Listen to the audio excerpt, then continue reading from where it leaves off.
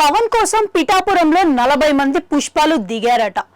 సార్వత్రిక ఎన్నికల వేళ జనసేన అధినేత పవన్ కళ్యాణ్ వరుసగా ప్రచార సభల్లో పాల్గొంటున్న సంగతి తెలిసిందే. ఇందులో భాగంగా డాక్టర్ బిఆర్ అంబేద్కర్ కోనసీమ జిల్లాలోని రాజోలు నియోజకవర్గంలో పర్యటించారు పవన్. ఈ సందర్భంగా మలికీపురం సెంటర్లో ఏర్పాటు చేసిన బహిరంగ సభల్లో పవన్ ప్రసంగించారు. ఈ సందర్భంగా భీమ్లా నాయక్ సినిమా నాడు జరిగిన సంగతులంటూ కొన్ని విషయాలు చెప్పారు.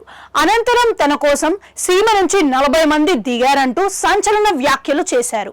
అవును, తాజాగా రాజోలు నియోజకవర్గంలో పర్యటించిన పవన్ మలికీపురంలో ఏర్పాటు చేసిన బహిరంగ సభల్లో ప్రసంగించారు. ఇందులో భాగంగా తాను భీమ్లా నాయక్ సినిమా విడుదల కోసం ఎవరి కాళ్ళు పట్టుకోవాలనుకోలేదని, అవసరమైతే యూట్యూబ్ లో ఫ్రీగా వదిలేస్తానని చెప్పినట్టు తెలిపారు. ఆ మాట ఎందుకన్నారంటే, ఆత్మగౌరవం కోసం ప్రాణాలైనా వదిలేసుకుంటాం కానీ దేహి అని అనము అని పవన్ వెల్లడించారు. కాగా ఆ సినిమా నిర్మాత సూర్యదేవర నాగవంశి అన్న సంగతి తెలిసిందే.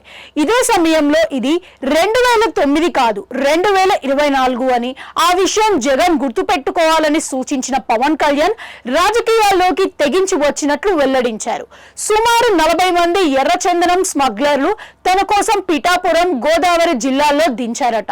ఒకటే చెబుతున్నా, నేను భారతీయుణ్ణి, ఎక్కడ అన్యాయం జరిగినా ప్రశ్నిస్తా, నేను పవన్ కళ్యాణ్ని అని వెల్లడించారు. ఇదే క్రమంలో ఉన్నది ఒకటే జీవితం అని, జగన్ లాంటి వారికి, పెద్దిరెడ్డి మిథున్ రెడ్డి లాంటి వారికి లొంగమని వెల్లడించారు పవన్.